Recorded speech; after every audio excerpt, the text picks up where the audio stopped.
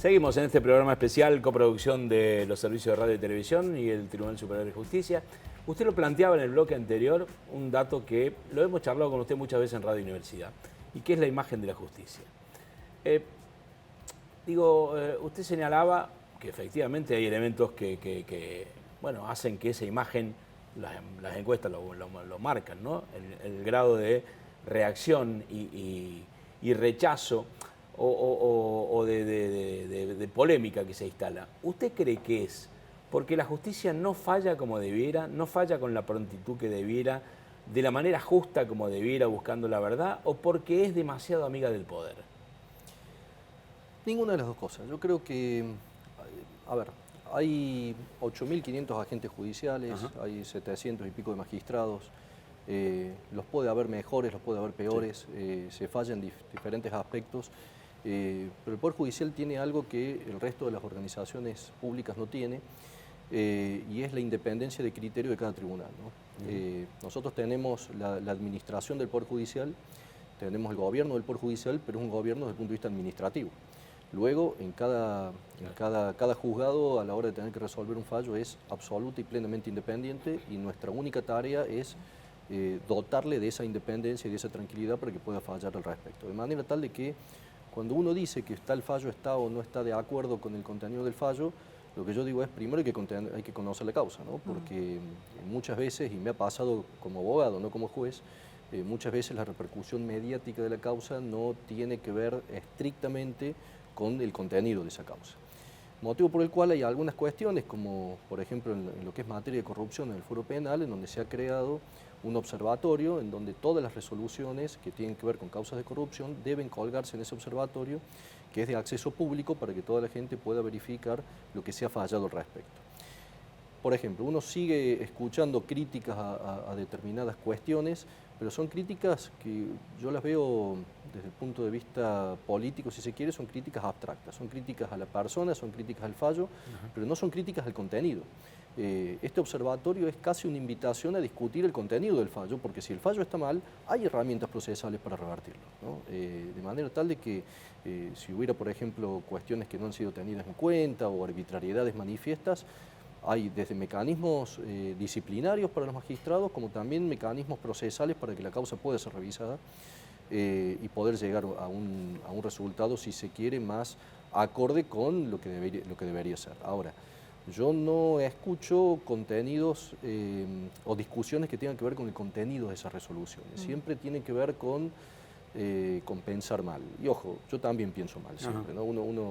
El ser humano siempre se ataja y dice, ¿por qué hizo esto? Y entonces tiende a pensar mal y es muy fácil caer en esa crítica, si se quiere, negativa. Pero todas las políticas que estamos implementando de mayor transparencia tienen que ver con poder discutir la cuestión que quieran discutir, pero a partir de los contenidos. Pues si yo digo tal fallo no me gustó, o fulano de tal no falló como debería y tuvo miedo, bueno, es fácil de decirlo, pero deberíamos tener un respaldo argumentativo de por qué, o cuál es el elemento que no tuvo en cuenta, cuál es el elemento que razonó al revés de lo que debería haber razonado, ¿no? Yo creo que parte de la maduración como sociedad nos la debemos a esto, a poder discutir, digamos, las resoluciones que tengan que ver con eso. Hay cuestiones que tienen que ver con hasta cuestiones culturales, ¿no? En donde todo en el derecho anglosajón, la cultura anglosajona tiene un respeto por las instituciones que no existe en el derecho latinoamericano o hispanoamericano, ¿no? Entonces allí las decisiones no se discuten, pero tienen que ver con ese apego y ese respeto a la ley que culturalmente viene desde siglos antes. Para nosotros la cultura hispana no, es al revés. Tenemos siempre esa desconfianza y es lo que pareciera ir de frente, digamos, en cualquier análisis que se quiera hacer. Yo creo que para poder hacer una crítica constructiva deberíamos tener un análisis más sobre el fondo del asunto. Motivo por el cual, si la causa se falló bien o mal o rápido o no, yo creo que nos remite siempre un análisis del caso concreto. Y en relación a la relación con otro poder, usted dice, ¿es amigo del poder, no es amigo del poder? Bueno, el Estado es uno solo. La división de poderes existe y debe existir como parte integrante de un mismo Estado. Es decir, ser independiente o tener un poder independiente no significa hacer oídos sordos a lo que están haciendo los otros poderes del Estado. Hay políticas de Estado, recién ponía el ejemplo de la política de la lucha contra la violencia familiar y la violencia de género, que es una política de Estado, donde el Poder Ejecutivo pone recursos a disposición, el Legislativo sanciona leyes y el Poder Judicial también va en consonancia y va de la mano, no porque no sea independiente, no es una muestra de independencia ir en contra de lo que diga otro poder del Estado. Cuando las políticas de Estado colaboran, yo creo que debemos ir de la mano. Ahora, eso no significa de que las decisiones que nosotros tomamos deban ser influenciadas por otro poder del Estado. Y acá creo que existe mucha confusión, creo que existe también una crítica que a veces puede ser genérica, abstracta, pero que si esa crítica viene, bueno, debería sindicarse cuál es el caso concreto al que se refiere esa falta de independencia, ¿no? Porque uno lo que ve, o por lo menos lo que propugna desde la cabeza del Poder Judicial, es una mayor independencia del Poder Judicial y una mayor independencia no solamente del Poder Judicial frente al resto de los poderes del Estado, sino hacia adentro del Poder Judicial, lo que decía recién. Mi trabajo es que cada juez, en cada fuero y en cada lugar de la provincia, tenga la tranquilidad y la independencia suficiente para resolver lo que deba resolver según su criterio y según su leal saber entender. Hay mecanismos para la elección de magistrados, hay mecanismos para la sanción de magistrados que están plenamente vigentes si eso no aconteciera, pero nuestra tarea y nuestro mensaje creo que debe ser el de lograr una mayor tranquilidad e independencia de los magistrados para que puedan resolver según su criterio. Doctor, con respecto a ese tema, este año 2022 se habló mucho también la cuestión del Poder Ejecutivo, la cuestión legislativa y el Consejo de la Magistratura y la postura que ha tenido concretamente el Tribunal Superior de Justicia respecto a las modificaciones que se pretendían hacer. Bueno, hubo un proyecto en la legislatura de creación de un defensor general, una figura que dirija todo el Ministerio de la Defensa, a los defensores públicos que hoy no tienen. Si bien en los hechos existen algunos defensores que actúan como coordinadores, si se quiere, ad hoc, digámoslo así, pero no hay una figura que aglutine y administre. Entonces, se nos había consultado desde otros poderes del Estado y desde el Tribunal Superior hubo una reunión donde concretamente participó la Sala Penal del Tribunal Superior y la Sala Penal entendió que, digo la Sala Penal porque la mayor parte de los defensores, no son los únicos, pero la mayor parte de la defensa pública pasa por los defensores penales. Nosotros no nos opusimos a la idea, nos pareció una buena idea, me parece a mí que incluso, si me preguntan, hasta es una asignatura pendiente la organización del Poder Judicial.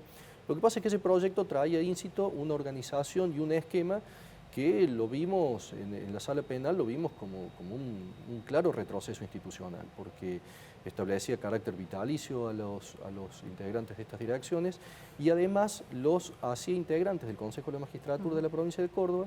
El Consejo de la Magistratura cuenta con 9 miembros, todos ellos son renovables, todos ellos tienen un periodo determinado que puede renovarse o no, pero sin embargo este proyecto de ley asignaba a la figura del defensor general el carácter de vitalicio y siendo integrante del Consejo de la Magistratura. Entonces dijimos, va a ser el único de los eventuales 10 integrantes que no va a ser rotativo y eso afectaba y creo que mucho a la organización y sobre todo a la imagen del Consejo de la Magistratura de la provincia que creo yo y sostengo con todo lo perfectible que puede ser, es un consejo que a nivel federal, si uno lo compara con otros consejos en otras provincias y ni hablar con el Consejo de la Magistratura a nivel nacional, a nivel federal, es mucho más avanzado, si se quiere, mucho más transparente, insisto, con todo lo perfectible que puede llegar a ser y con todas las críticas que puede llegar a recibir, pero comparativamente es bueno y yo creo que debemos defenderlo y si vamos a modificarlo, bueno, debería ser por algo que sea todavía superador a lo que hoy es. Usted planteaba dos cuestiones cuando me contestaba sobre las distancias que hay con la mirada social y cuando se los acerca a ustedes al otro poder. Y yo le planteo dos elementos. Primero, se conoce de pocos magistrados que, por el hecho del trabajo del Consejo de la Magistratura, hayan sido apartados como consecuencia de una de un hecho punible. Y por el otro lado, cuando usted habla de corrupción, uno se pregunta, ¿cómo puede ser que en Córdoba, en tantos años, se cuenta con los dedos de una mano los funcionarios o exfuncionarios que han sido condenados por elemento de corrupción? ¿Qué pasa? ¿En Córdoba no hay corrupción? Nadie puede creer una cosa así. Y esto sin hacer nombre, porque si tengo que hacer nombre tengo que ir a denunciarlo. Pero digo, ¿cómo? Son cosas que no terminan de entenderse y que me parece que ayudan a esa distancia que hay entre lo que la gente piensa y lo que ustedes plantean o donde ustedes se mueven, ¿no? El jurado de enjuiciamiento ha cesanteado magistrados, fiscales, fundamentalmente por hechos de corrupción en los últimos años. No son muchos, pero tampoco son pocos, son algunos. En los últimos años no tengo memoria, digamos, de alguna cuestión puntual, pero también digo que el sistema disciplinario hacia adentro del Poder Judicial, hay causales de sanción que no llegan a ser cesanteados, pero hay causales de sanción que sí acontecen. Y además el Poder Judicial de Córdoba tiene un sistema que es novedoso también en el país, que es un tribunal de ética, que tiene que ver con todas esas faltas menores que no llegan a ser tipificadas como una falta en el sentido disciplinario de la palabra, pero que tiene que ver con ciertas conductas donde el Tribunal de Ética hace recomendaciones. Ese Tribunal de Ética funciona además como un organismo de consulta, es decir, muchas veces cuando un magistrado está en la disyuntiva sobre si hacer o no hacer algo, puede consultarle al Tribunal de Ética cómo ve que él realice o que pertenezca a una agrupación, por ejemplo, o que realice tal o cual actividad, y el Tribunal de Ética contesta a veces por sí, a veces por no, y eso también marca un norte y marca un parámetro de conducta que me parece muy interesante, ¿no? Todas las normas disciplinarias y lo que tiene que ver con el Tribunal de Ética es algo que los magistrados adquieren desde el momento mismo del juramento, porque juran por eso y tienen copia de esas normativas, y es como hay una mirada institucional que está muy encima de esas conductas, ¿no? Hay acuerdos del Tribunal Superior que tienen que ver, por ejemplo, con el uso de las redes personales que puede tener un magistrado. Entonces hay como una mirada, si se quiere, que los magistrados, lejos de tener que parecerle como un contralor que se efectúa sobre la vida privada de ellos, yo creo que es una tranquilidad, ¿no? Yo mismo he efectuado al Tribunal de Ética alguna consulta en algún momento, cuando se me ofreció participar en un club del que soy hincha del mismo, y yo no sabía, no era clara la incompatibilidad legal, entonces hice una conducta y me dijeron, mejor no, listo, entonces no lo hice, y uno por ahí se evita, tiene la tranquilidad de evitar tener problemas disciplinarios en el futuro. Por eso digo que lejos de ser una cuestión de contralor, es algo que me parece que a los magistrados les sirve como un abrigo, si se quiere, o un control para poder ir moldeando ciertas conductas. Lo que son hechos de corrupción en un magistrado tiene una respuesta que primero es legal, es jurisdiccional, ¿no? Hay un proceso penal al cual debe someterse, y el jurado de enjuiciamiento resolverá al respecto, y insisto, en los casos en que son conocidos han tenido una respuesta del jurado de enjuiciamiento, y la respuesta ha sido en la mayor parte de las veces a favor de la destitución, ¿no? Son pocos los casos de absolución de magistrados en el jury. Así que yo creo que esos mecanismos funcionan, y si no funcionaran, ahí sí debería ir el caso concreto, decir, bueno, ¿cuál es el caso en donde no funcionó y por qué? Respecto a la otra pregunta, sí, sin lugar a dudas, la imagen que se tiene sobre la justicia es esa. Yo siempre, a ver, por ahí es muy odiosa mi opinión desde mi lugar, ¿no? Pero yo no tengo una opinión distinta a la que tenía cuando ejercía la profesión, y lo hacía como abogado en Derecho Penal Económico y en Derecho Penal Tributario, en Derecho Penal Administrativo, y conozco mucho de estas causas, no solamente en Córdoba, sino también en el Fuero Federal y incluso en la Ciudad de Buenos Aires. Hay conductas que pueden ser mayor o menormente complicadas o complejas de investigar, y yo creo que hay un déficit, si se quiere, no solamente desde el propio Poder Judicial, sino también de los organismos de contralor, o incluso de cuando se hacen las denuncias respecto al contenido de esas denuncias, ¿no? Yo por ahí veo que hay denuncias que son muy genéricas, y las denuncias genéricas no llegan a ningún lado. Yo me acuerdo cuando ejercía la profesión y venía, no vamos a poner un caso de corrupción, vamos a poner un caso, por ejemplo, de administración fraudulenta en una empresa privada. Entonces venían y me decían, mire, esta persona que era el gerente, la persona de confianza, cometió 500 hechos de defraudación. Yo le decía, mire, 500 hechos de defraudación en un proceso es muy complejo de llevar a cabo. Vamos a tomar 5, los más claros, y vamos a ir sobre esos 5 para poder hacer alguna cuestión dinámica y que pueda realizarse. Yo esto lo traslado al fuero anticorrupción, ¿no? Por ahí alguna normativa que tenga que ver con la potestad o con la facilidad de poder. Hoy usted sabe, para esto existen hasta tratados internacionales donde los fiscales y los jueces están obligados a investigar todo lo que aconteció y todos los responsables. Por allí, tener un poquito la flexibilidad para poder delimitar y poder tener mejores resultados en la lucha contra la corrupción sería algo positivo. Lo mismo que con el fuero en sí mismo, que es un fuero que mediáticamente cada vez que se nos pregunta sobre lo mismo, y yo insisto sobre lo mismo, no es una decisión del Poder Judicial, no lo fue en su creación, y si eventualmente llegaba a haber una modificación para su extinción o su modificación, tampoco va a ser una potestad del Poder Judicial y mucho menos del Tribunal Superior. Es una potestad legislativa, de manera tal de que si el Poder Legislativo mañana quiere recoger algunas de estas ideas y darle una mayor amplitud al fuero, una mayor competencia de esta temática a otros fiscales o establecer algún mecanismo que facilite mucho, bienvenido sea. Desde el Tribunal Superior del Poder Judicial no va a haber ninguna oposición al respecto, todo lo contrario. Bien, doctor, ya para ir cerrando, promediando esta entrevista, que le agradecemos muchísimo, uno de los fallos que ha tenido trascendencia ha sido en cuanto a la pretensión de reelección en Tanti, ¿no? Y también lo que ha sido el rechazo de una pretensión similar del intendente de Pasco. Esto ha marcado, sin lugar a dudas, un antes y un después en algo que se venía hablando, ¿no? En este 2022, esta posibilidad de reelección en el interior de la provincia de Córdoba. Nosotros, le hemos dado mucha celeridad, casualmente, por ser un tema que tenía una trascendencia institucional y generaba consecuencias de gravedad institucional muy serias, de manera tal de que creo que desde nuestro lugar nos hemos abocado al estudio y al conocimiento de la causa y lo hemos hecho en plazos perentorios para poder resolver no solamente la medida cautelar que se resolvió en el primero de los casos al principio, sino poder dar una sentencia de fondo, como salió días atrás en ambos supuestos. La postura jurídica es clara y tiene que ver con la vigencia y la constitucionalidad de la ley del 2017 y la sujeción que deben tener las ordenanzas municipales a esa ley. Yo no puedo aventurar de que algún otro planteo pueda llegar a venir al respecto, pero bueno, uno falla siempre en base a precedentes, es decir, lo que ya dijimos conceptualmente, doctrinaria y jurisprudencialmente en esas sentencias, por supuesto uno lo debe mantener, pero puede haber planteos novedosos que uno se le puede escapar. Hay una cuestión que desde nuestro lugar es netamente jurídica y nuestro análisis se acaba allí.